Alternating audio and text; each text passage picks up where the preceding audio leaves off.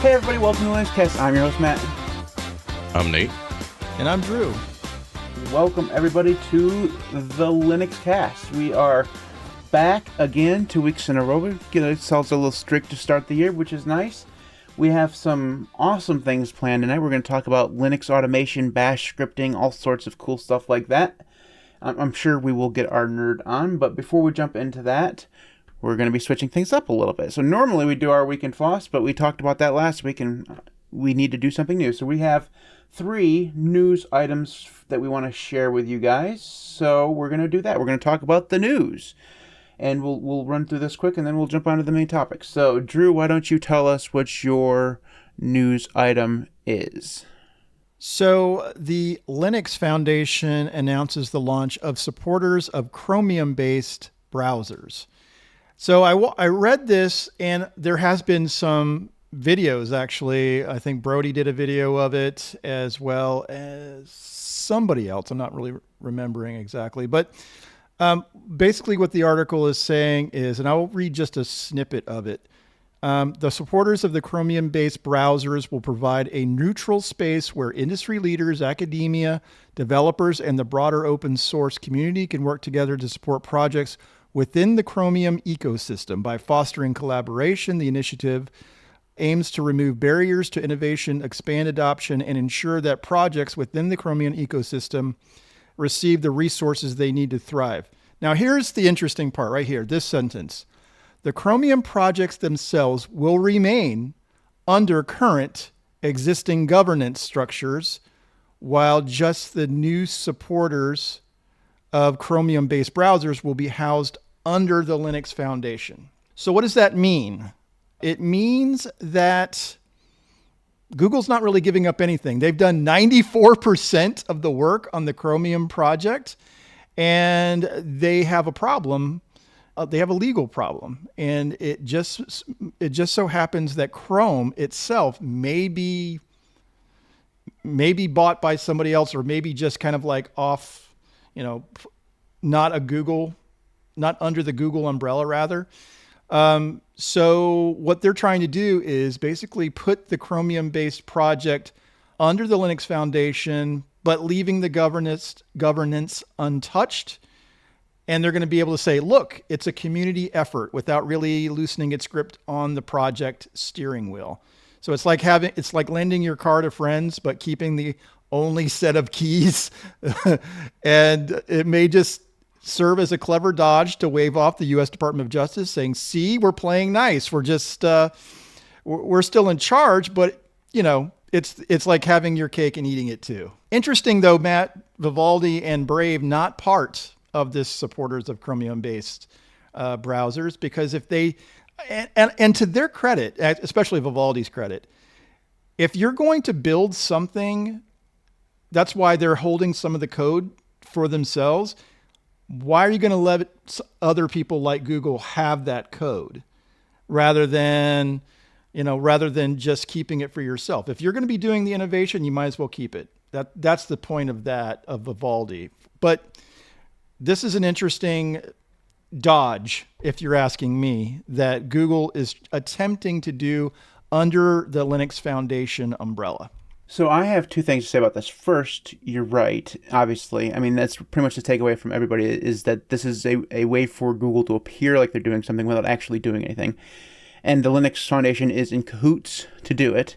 Mm-hmm. So, and the second one is that this must just burn Mozilla's britches. Here they are being the premier open source browser that has been struggling along for 30 years trying to gain foothold. And the Linux Foundation, instead of partnering with them for various reasons, doesn't do shit with Mozilla, and instead partners with Google to do this. Oh, it's all about the money, dude. Well, of course, yeah, right. But it has to burn them, giving them Google's their partner too, and it probably feels like a betrayal of some sort for them. But I mean, maybe not. The whole thing though is just. Do you guys think that anything will actually come of the whole Chrome antitrust thing? Go ahead, Nate. I'm gonna hold back. I really don't have a comment on that. Okay. Be So honest. my thought is it's interesting that the EU has fined Google that 2.7 billion dollars because of their antitrust activities. The US Department of Justice has them let's put it this way. Does Chrome itself make any money? No. They don't. They have the opportunity to make money by using Chrome, but Google is actually the money maker. So Chrome's just a browser, and so for Chrome itself to make money, it has to be used with, Google's products. So I don't know that is going to move them to say, okay, well, we'll just make it open source. We'll just make it open source. We'll use it. It will have our own, but Chrome itself does not actually earn money. Yeah, it'll be interesting to see how all this plays out. 'Cause, I mean, that was just a proposal for them, because they lost the case. Now the judge has to rule on whatever is going to get broken off. Mm-hmm. And Chrome was just one of the proposals. Someone in the chat, Richard Garrison, I think he said that they should have to sell YouTube. But let's just hope that actually doesn't happen, because if that does happen, you know who's going to buy it, right? Space Karen's going to buy it, So I don't think that's a fairly good idea. I don't know that Google's a better, holder of YouTube than Elon would be, but it feels like that's true. I don't know. TikTok's going to buy YouTube. Yeah. ByteDance buys YouTube. But what about YouTube on Mars? They just nuke the moon, man. It's weird. All right, so yeah, I think that a lot of that is a lot of this is traditional FOSS community outrage that will go away in 30 seconds. A week from now, no one will remember that this ever happened, but Google will be able to pull it out of their pocket when they go to court, right? So the rest of us will just whatever, business as usual. All right, Nate, your link for this week. So I actually linked about Wine 10.0. They finally did a native release for Wayland with better HDPI. And so just reading through the article, one of the things, it never said exactly what they changed, but they said they bring more than 6,000 changes that's built up over the past year and bi-weekly Wine 9 whatever release. So they have better support scaling for modern displays. So hopefully, being able to use 144 hertz on your monitor. Also, they've done experimental mode with setting emulations and an optional FFmpeg multimedia backend and initial Bluetooth driver and an ARM 64 EC support. And also they supported, I don't know how you pronounce it. Is it Dvorak? Keyboard support? Dvorak? Okay. Keyboard support, and updated their DXVK and also other Direct 3D support enhancements. So they've got quite a few things that are happening. So I just thought it was really interesting to finally see 10 come for once. They update an awful lot for a project that's been around for as long as they have. They've managed to maintain their momentum better than you'd think they would, right? I think a part of that is because of Valve, right? Because they probably contribute quite a bit back. And then there's that one project. What's that? It starts with a C or something. I don't know. You guys know me and my names. I can't remember shit. But anyways, there's another company out there that's been contributing a lot of the stuff to this as well. So you're right. A lot of good stuff here. Usually the stuff is when a release comes out, it's like, oh, we fixed this in this game, this in this game. This seems like a lot of bigger stuff, like platform and hardware related stuff. Yeah, and honestly, because everything is moving to Wayland, whether people are ready or not. And when that happens, a lot of the older hardware is going to lose support. It just is.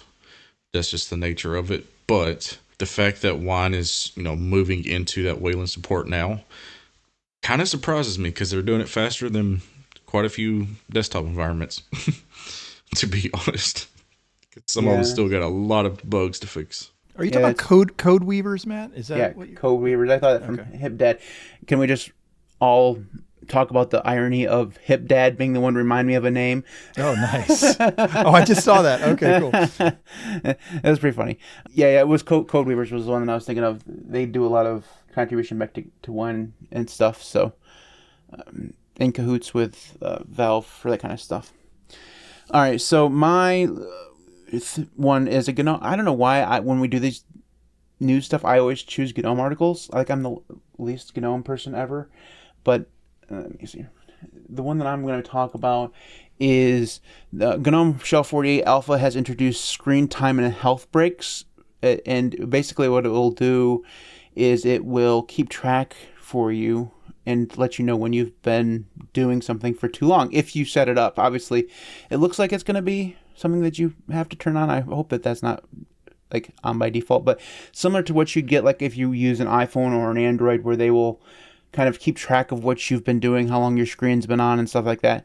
I don't know how, like with Android and iPhone, they have quite deep intrusive stuff when it comes to statistics and what you've been doing. I don't think that you're going to see a lot of that stuff with the GNOME stuff, because, I mean, Wayland itself isn't going to allow them to track what apps are open, but they could at least do the screen time stuff. So it'd be interesting to see how this goes, and they're going to be building into what looks like the actual settings panel, which is weird.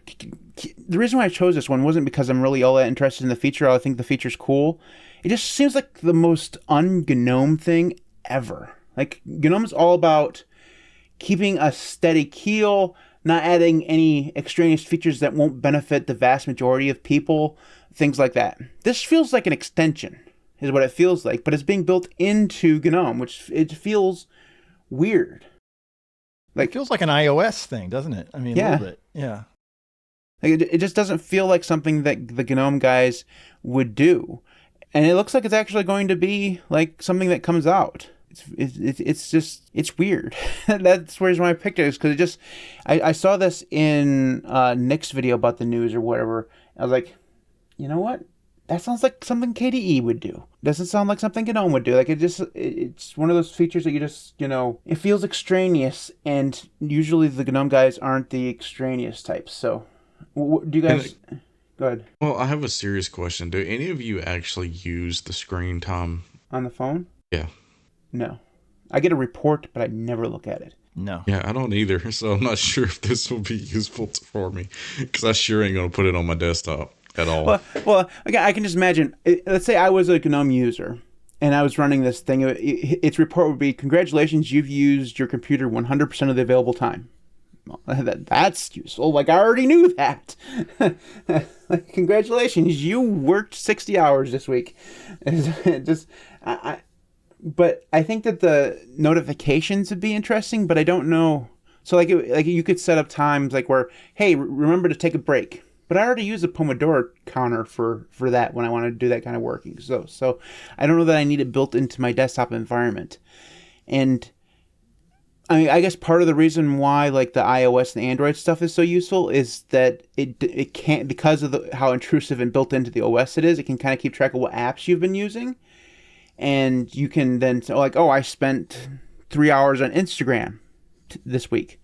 Probably shouldn't do that anymore. Or, I've spent 10 hours on TikTok. Don't do that anymore. So, I mean, I don't think that the GNOME version will be that informative, just because it's just going to track, as far as I can tell, how long you've been at your computer, not the specific applications. All right, anything else to say on this before we jump into the regular main topic? No. All right, let's go ahead and move on. So our main topic this week is the ability on Linux to do automation. When I came up with this topic, I was specifically thinking about bash scripts, but there are other ways to automate on Linux as well, things like setting up cron jobs and things like that. So I have a few things here listed in the outline that we want to talk about. So let's just go around first and talk about some of the things that we currently automate. So things that you do all the time that you have a button for, or that you've set up a cron job for, whatever happens to be. Drew, why don't you talk about some of the things that you've automated? Mostly for installation. I mean, I automate a lot of things for installation because seemingly I am like wiping one of my machines every other day and to automate that process. Once I install Debian, then it's just like, here we go. Let's just run this script and let it install all the packages that I need. Now, that's the major thing. There's a couple other things, like, for example, there's a way to back up my Plex libraries that I automate, which is a really, I think, an important thing, because if something dies, then I'm out of luck with all the, with all the media that I've collected over the years. But those are the two major things. One is just doing installation stuff, and then the other one is backing up. And that's probably the same for most of you guys. Backing up is a big automation like tool. Even TimeShift, for example, is a really good automation tool. Yeah, for sure. Nate, what about you? I actually have a couple. On top of backing up servers, number one. On top of, I would say, backing up all my media. That's two. But I also do a lot of hotkeys that automate stuff. And for example, I have this mouse. This is a Logitech MX Master. It actually has a hidden button right here. And if I'm editing in Resolve, I can hit that button and it will cut the scenes for me automatically. So just little stuff like that I have hotkeys for, to automate a process without having to try to remember, was it Control / or whatever it's called, to actually do a cut. Now I can just hit the button and it's good. So what software do you use to get your mouse to do that? In Resolve? Or is it just the mouse software? Is it just... Yeah, it's just mouse software. Oh, okay. Or like XDo tool or something like that. I didn't know if that was... Yeah, anything like that will work. As long as Resolve can recognize the mouse, it will work for you. I see. Okay, so I have extra buttons on my Elecom Huge, and Nate, I'm going to go do that in Resolve right now, man. In fact, I'm just going to quit the podcast and go do that now. Because I don't know why I didn't think about doing that. Because I have two buttons. They're just sitting here doing absolutely nothing. I could... That's going to save me loads of time. Thank you, Nate, for that. I appreciate that. Well, I would honestly say go buy one of these, because it also has a side scrolling.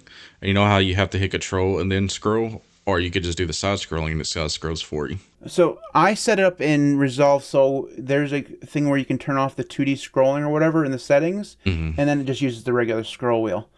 And you couldn't pry my Elecom Huge out of my hands. So it's just, I'm not going away from it. I did go... See, I actually... You probably can't see. Too. I don't know if you can see. So I have a thing here. Like, it works well on the laptop, but I don't need it for the main one. So for me, I'm a lot kind of like split between you guys. I have both. I have quite a bit of stuff for installation that I do. Not nearly as much as you do, Drew. Mostly because every installation that I do is a little bit different, so I don't automate as much of that as I used to when I was on Arch. But I do some, mostly around window managers and dot files and stuff like that. And then I have a backup script that uses Borg to back up to both the Borg base and to my home lab. And then I have stuff like Unit, where I have small scripts that do small things. So like on my Stream Deck, I have a script that when I'm in Xorg will keep the screen on so that it won't turn off. And that uses DKMS or whatever it is, TPKMS, whatever the hell the abbreviation is.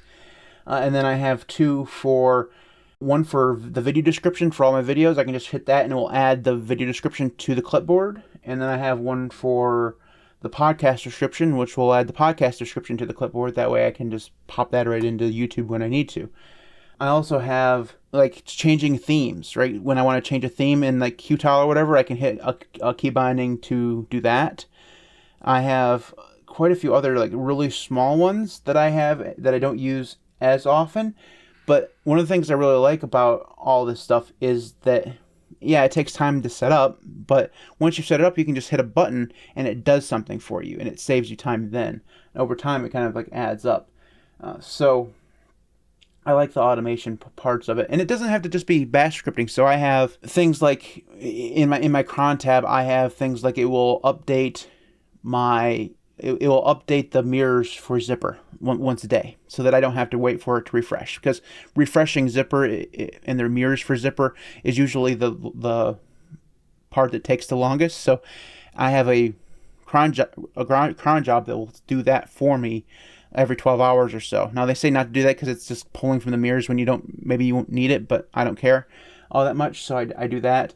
And then there's another one that updates my script for my YouTube subscriber count for my polybar when I'm in like i3 or whatever. So things like that are also very nice to have. So the next thing I want to ask is, are there things that you don't currently automate that you would like to automate in the future? So maybe you want to do a better job of automating your backup system, or a better job of testing your backups, or something like that. Or maybe you want to create a script to, I don't know, do whatever. I don't know. Imagination. So Nate, why don't we start with you? Do you have anything that you'd like to do in the future when it comes to automation that you don't currently do? Well, for one, I don't really automate my installs. I'm bad about that. I just do everything from memory. Secondly, I think I want to do better with one of these, and in particular, all my photos and all that stuff. I have to manually tell it to back up everything, and I would much rather just be able to walk in, and as soon as it connects to Wi-Fi, it just backs up for me, and I don't have to worry about it. Which I know you can actually set that up in Nextcloud. I just haven't done it. Yeah, a lot of this stuff is that, it's easy to do. You just got to do the thing. So what about you, Drew? Actually, I had an interesting idea today. I started writing a bash script that looks at my downloads directory and then matches whether it's like, let's just say it's a PDF file.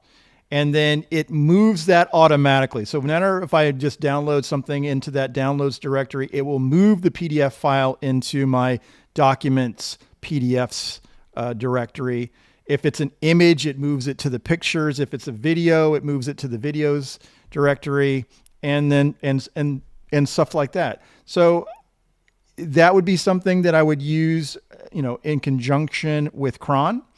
So it would do it like every minute or so, or every 5 minutes. Anything that's in that in the downloads directory can get moved. I'm just trying to automate the process of having to open up my file manager and then look for that particular file and then move it to where I want it to go. I was just trying to figure out a way just so I don't even have to do it. It can just go to that directory without me having to manually do that. You're one of those people who want a downloads folder that is clean. Yeah, it's kind of like the inbox, was it zero inbox type thing, or that's disgusting. I can't stand it. That's just so...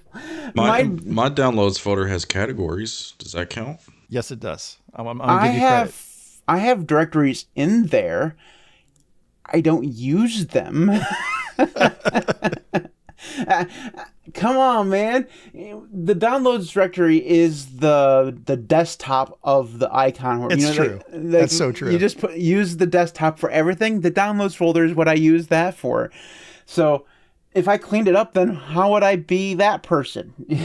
I have cleaned it in the past. It's just been a while.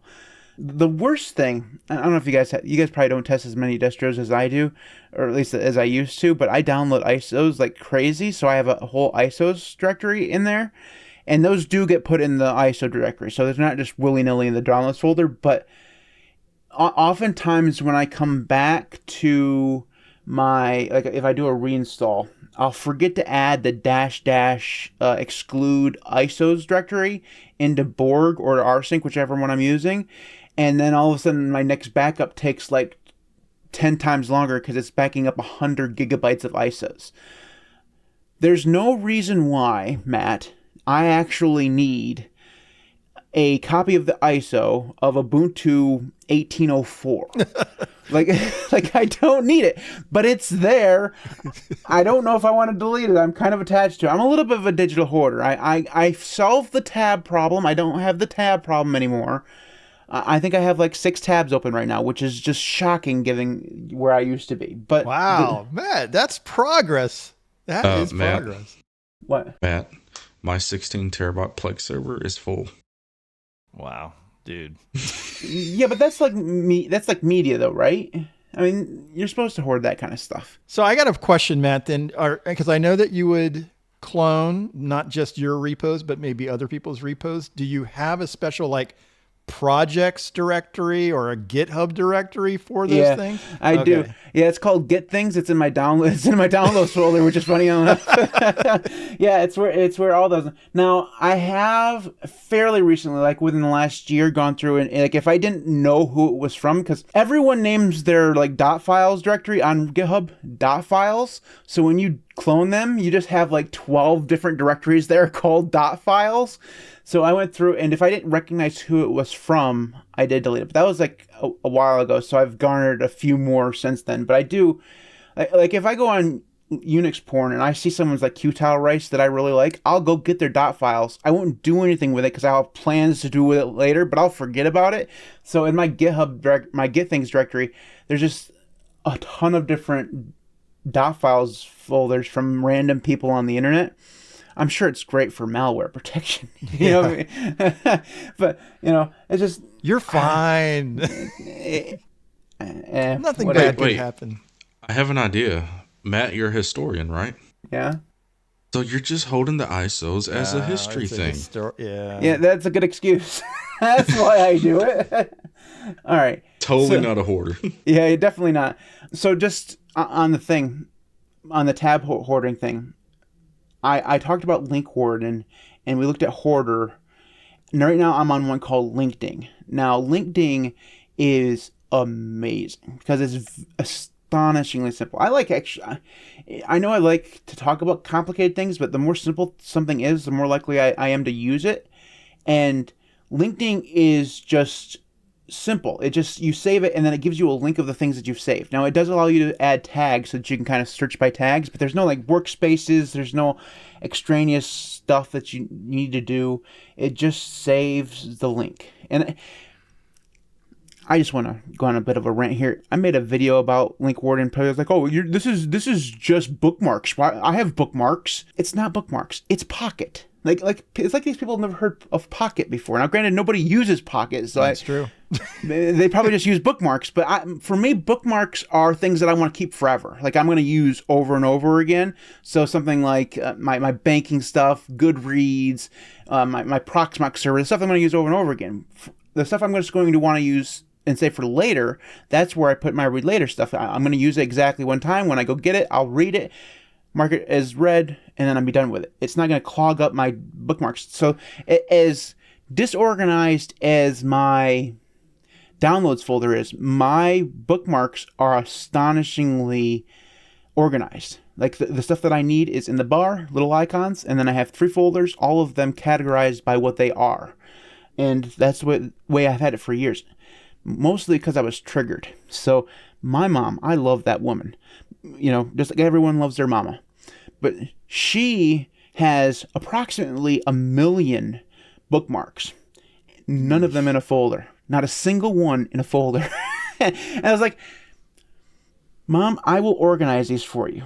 So approximately 4 or 5 years ago, I did. I organized them into folders, and since then, she hasn't been using the folders. It was horrendous. It's back to where it was. It's just like absolutely atrocious. But it works for her, whatever. And as long as I don't have to deal with it, every once in a while she'll come to me like that. I need to find this bookmark. I saved it 3 or 4 years ago. Like, oh God, no, don't make me do this. All right. Anyways, so for me personally, things that I would like to do in the future in terms of automation, I want to do more for installation as well. But the problem is like I don't do everything the same every time, like I said. But I think that there are some things that I could. Things like I know I'm gonna install NeoVim every single time. I know I'm gonna install Git. I know I'm gonna install wget and curl and all those kind of things. I could create a small script. It doesn't have to be anything extravagant for that. And when I don't have that currently, I have to do all that manually.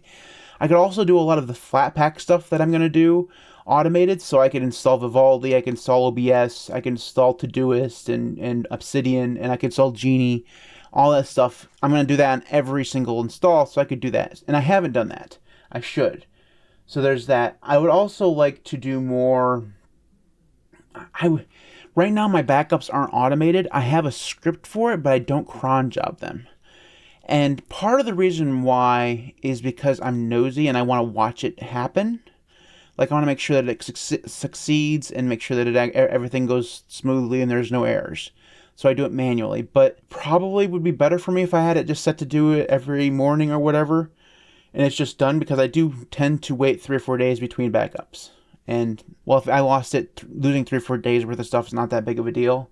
But it would still be better if I just automate it. So those are really the things that I want to do in the future that I don't currently do. It's just a matter of, sitting down and say, hey, I'm going to do this now. I haven't done it yet. So the next thing I just want to talk about real quick, when it comes to automation, what tools do you use? Are you guys bash girlies, or do you tend to do something else? I think we're all going to have the same answer to this, but I just wanted to question it out. So Drew, what about you? Yeah, bash. That's the thing that I've been using for the most part. I honestly want to get a little bit more, trying to use Python a little bit more. Let's put it that way. And, it makes sense to, especially for you, Matt. I mean, if you're going to be using Qtile for any duration, Python, having Python knowledge is like cool. And I don't want to say necessary, because that's not true, but cool. And it's a skill that you can kind of like utilize, going forward. Bash scripting, though, is simple to me, and I don't want to say simple. I don't want to oversimplify, but it's something I can do. And that's what I like. I like doing stuff that I can do, and maybe it's repetitive, but at the same time, you're trying to automate a process. You might as well use the tools that are that you have some acumen for. Yeah, I'm the same. What about you, Nate? So as far as Linux is concerned, it's just bash mostly. For Windows, because of my job, I've had to learn how to do Power Automate with Microsoft. And I hate it with a passion. But it is something I have a skill in, because I have to do it all the time. And another one is Microsoft Access. That's a terrible program. Don't ever use it. But that was another one. But as far as Linux goes, most of my automations are bash. I have a few programs that I use that are C++, but I haven't really figured out the back end of how to make them do everything that they can do. So I thought when you were talking about Automator, you were going to talk about, when I get on a Mac, I have to use Automator. Like, do you guys remember? I don't know if you guys ever used a Mac when you had to use Automator before? That program was, weird. It's a weird program. And then Apple brought shortcuts to iOS, so it's kind of like the same thing. So for me, yeah, I use Bash, but one of the things I want to learn how to do is Ansible, because with Ansible you can create playbooks that basically do all this stuff for you, and it's specifically really good for like setting up your home lab stuff. So you can set it up to run, set up your Proxmox and your Docker and all that sort of thing from an Ansible playbook. I know nothing about it other than it's cool, and I want to learn how to do it. I don't know that how useful it would be, because I don't plan on having my home lab server in a place where I have to install it over and over again. But maybe it has some other uses that I just don't know about. I'm sure there probably is, but I think it would be cool to learn. It's just a matter of finding the time to actually do it. So, Thought of a question though. Good. I think this is something I want to try to animate. Git pulls and pushes, where it just sets up everything automatically for you, so you don't have to do all the manual backend stuff. Don't you have scripts that do that, Matt? Or I have one called Gitter. Yeah. And basically what it does, nobody's going to actually be able to see this, but so basically what it does is it asks you for a commit message. It makes sure that you're in the correct directory. And then it will add everything into the commit stash, and it will then commit it. It will push it, and then it will tell you that it's done. It's like 8 lines, and that includes the shebang at the beginning. So yeah, I've done that. I haven't done it for polls or anything, and I don't know that. So when I did my bash scripting video the other day, which kind of spawned the idea for the podcast, someone said that's unnecessary. There are other things that you could do in order to make that simpler. But to me, 8 lines is pretty simple, so I don't think that it needs to be any simpler. So just a little bit of a rant. Bash is one of those things where you do something one way, and then you find someone who knows Bash more than you, and they tell you that you've done it wrong. And that's because there's 12 different ways of doing something in Bash. and everyone has their own separate way of doing it, and they all think it's more efficient than the way that you've done it, whether it is or not.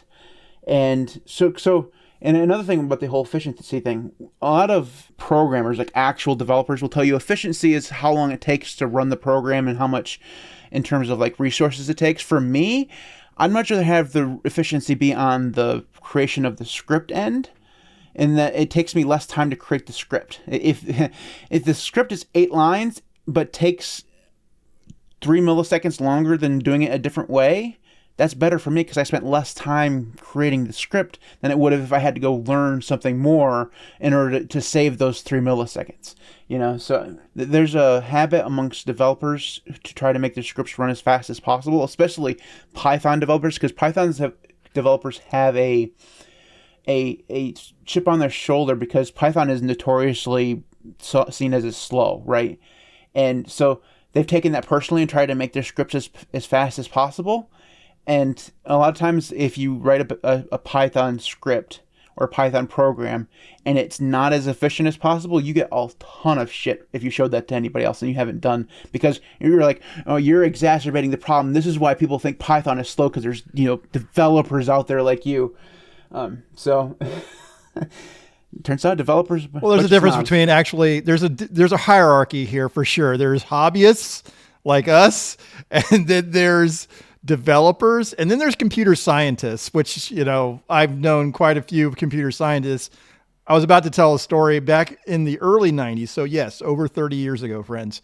I worked for a software company that did civil engineering software, and our automation tool was VBA, or Visual Basic for Applications. And so back in the day, that was one of the things I went to Redmond to talk to those guys about, and how we were using their application. And yes, I wrote an article in a VBA rag back in 90 something. I don't know when it was, but it was, so I don't like to admit those things, but it is the truth. Listen, we all had a dark past and had to do what we had to do. I don't know. I smell the taint of Redmond on him from here. Okay. Okay. We knew he was a Microsoft shill all along. Oh my. Oh my. It says the Gnome boy. Hey. Yikes. I'm using KD Plasma right now, just to have you know. But there is no, you can't say that you didn't use a GNOME link or a news topic for today. That's true, and seems to happen all the time. That's because, I don't know, I see GNOME and I get triggered for some reason. All right, last thing I want to talk about in terms of this is just in general, things, not necessarily stuff that we do, but it can be stuff that we do. And some of these will be overlaps from what we've already talked about. But things that you think everyone should automate. I think backups, we can just take backups right off the list. Like everyone should back up and have that stuff automated. But are there other things that you think that people should automate, even if you don't necessarily do that, Drew? I mean, we can call it automation or not, but using a password manager that actually autofills for you, that is a tremendous reason to automate that process, because if you're a Bitwarden, that's fine. I'm currently using Proton Pass, and I really like the fact that when it's looking for that authentication code, it automatically says, "Do you want to fill it?" And yes, click, and it fills it and everything. And so, something like that. It doesn't have to be Proton Pass. It doesn't have to be Bitwarden. It can be KeyPass XC from back in the day if you really are looking for it. But automating your password database. Good idea. Please don't use the web browser. Password manager. Right. Please don't use the web browser. Yeah, please don't. Horrible. Although if in the defense of people who do use their web browser, they're probably not going to change web browsers, and it is better than not using anything at all. Like it's the worst option outside of not using a password manager at all. So if at least I think so, but you should definitely use it. While we're on Matt's just full of fucking rants tonight. But guys, Bitwarden changed they updated their browser extension, and oh my god, is it fucking horrible. It is so astonishingly bad. So it used to be, so there's multiple things that were wrong. So by default, they've hidden away the two-factor authentication codes. Like, you can't get to them. You can fix that in settings and have that setting come back, but I had to have someone point that out to me. I didn't know that by default. So I use Bitwarden for almost all of my two-factor authentications, other than a few things that I still have to use Google for work. And when this update came out, I was like, where the fuck are all the codes? Like, I got to log into something. Where are the codes? So that freaked me out. And then it used to be when you opened up the extension, you'd just be able to click. So it had like a bar that kind of surrounded the entire information of the entry of the thing, right? And you could just click on that and it would then autofill into the things. Now, if you click on anywhere but the word that says fill, it takes you into the entry instead of filling the code, filling the form.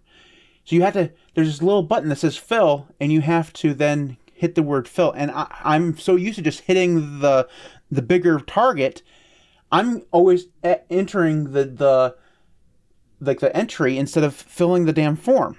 It's driving me bonkers. I'm switching to Proton Pass. Like, I'm doing it. It's going to take an eternity because I have to transfer over all of those 2FA stuff. I'll probably pull the 2FA stuff out and just use a separate app like Authy or something. I don't want to do that because I like having both kind of the same. But if I'm going to move anyways, but it's a travesty. Someone told me that the reason why they did it this way is because they wanted to look better for enterprise users, but I don't care. Like, bring the old back. It was so bad, and they just lost me as a supporter. Like, I can't do it. This is bad. It's just so astonishingly horrible. So yeah, there you go. That was completely off topic, but I needed to rant about it to someone. And so anyway, use some Proton, use a password manager that helps you out as for automation. Yeah, sorry, I had to do it. It's been on my mind. Nate, what about you? Are there things that you think everyone should automate that maybe that you don't think that they do, or that whatever? Probably something I don't do. I think everybody should automate their application installs because it's really simple to do.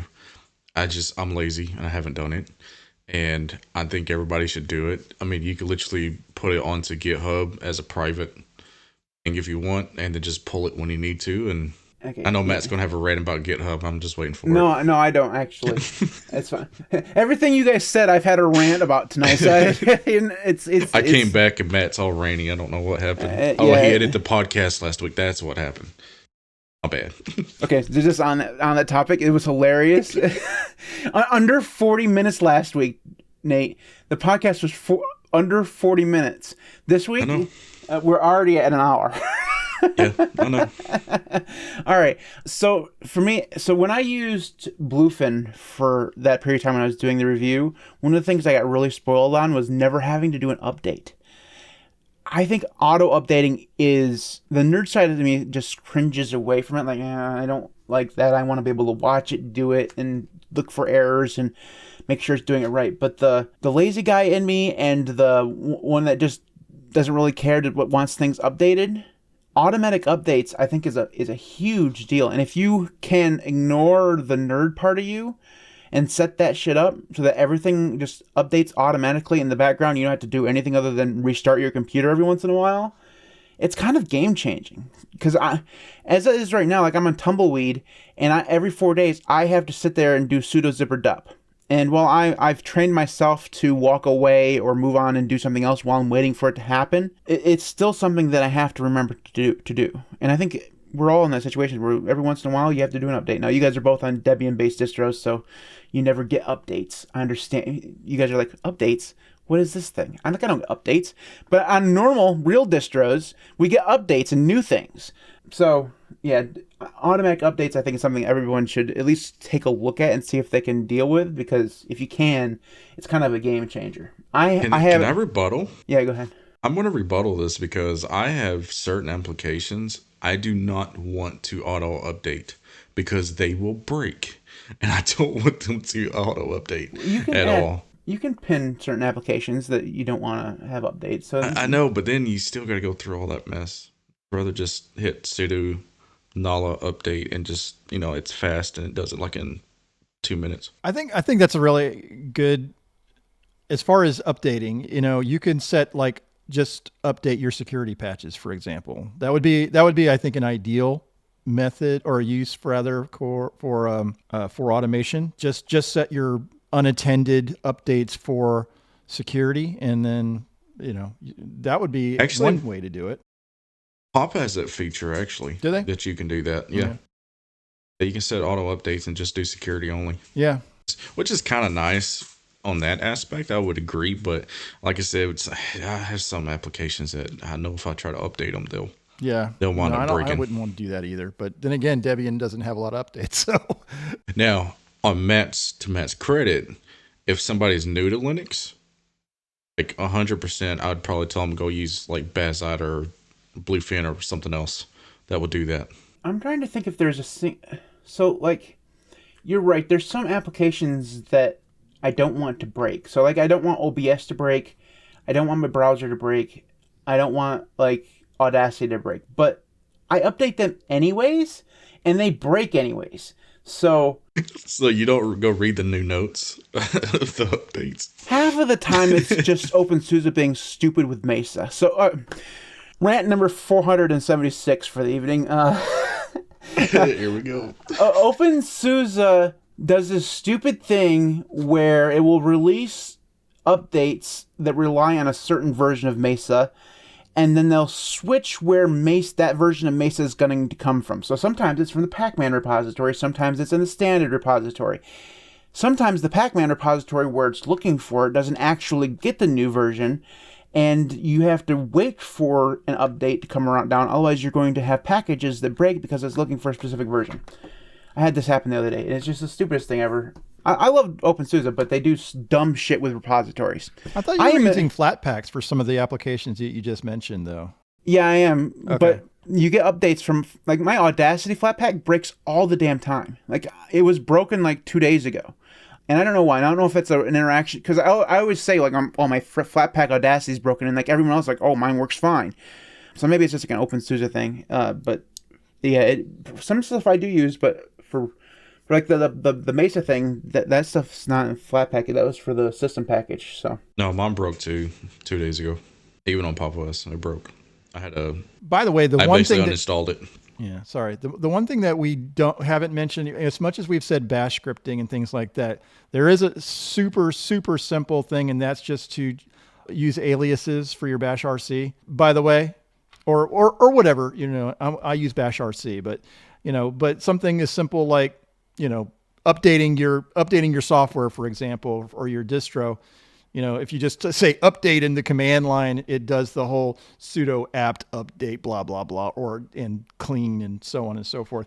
Anyway, that's another thing that if you're not using aliases and you have, if you use the terminal at all, look into it.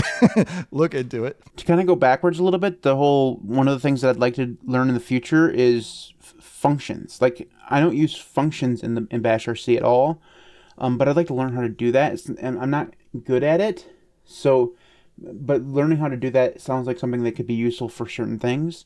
I just don't know what those things are. Because for me, aliases kind of seem to do the job, but functions can be useful too. So, one of those things I want to do. So, anything else for you guys on the automation thing before we jump into the Nuggies? All right.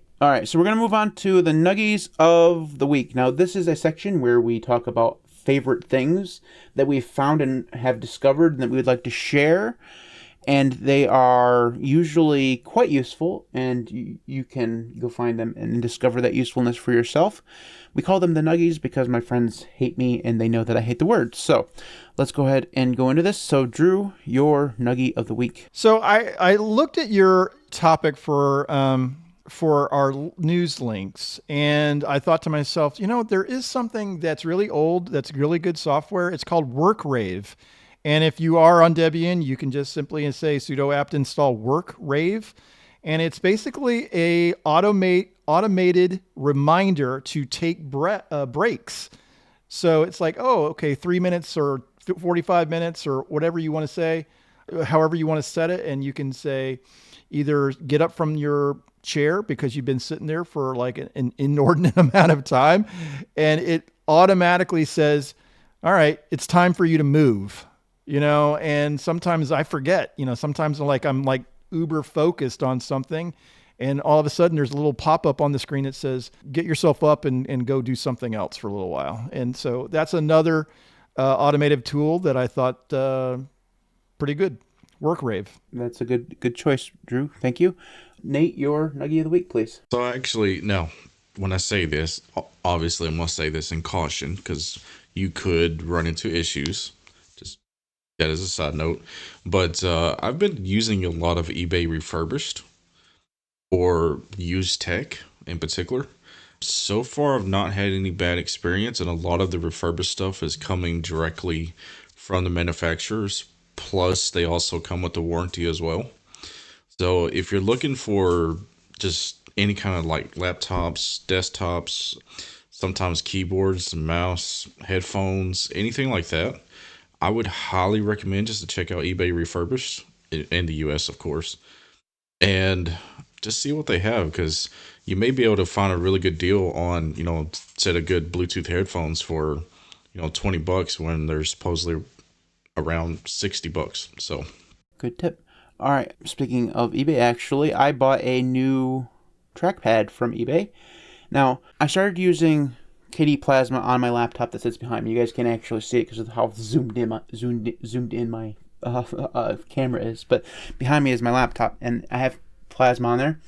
And I haven't really used my laptop with Linux all that much, mostly because by the time I got it, then it broke for a while, and then now I'm actually finding to use it. But one of the things I discovered is that the trackpad on there allows you to do gestures. So like 4 fingers will switch you back forth between workspaces. You can go up and down in terms of like getting the expose mode, and there's a whole bunch of other ones. And I was like, that's cool. I want that on my main system. Even though I'm a window manager guy, and I will probably become a window manager guy again very, very fast. You know how quickly I change these things. But I wanted to try it. So I Googled it, and I asked on Mastodon, what's a good trackpad for your desktop that works with Linux? And surprisingly, the answer was the Apple Magic Trackpad. It works fantastically with Linux.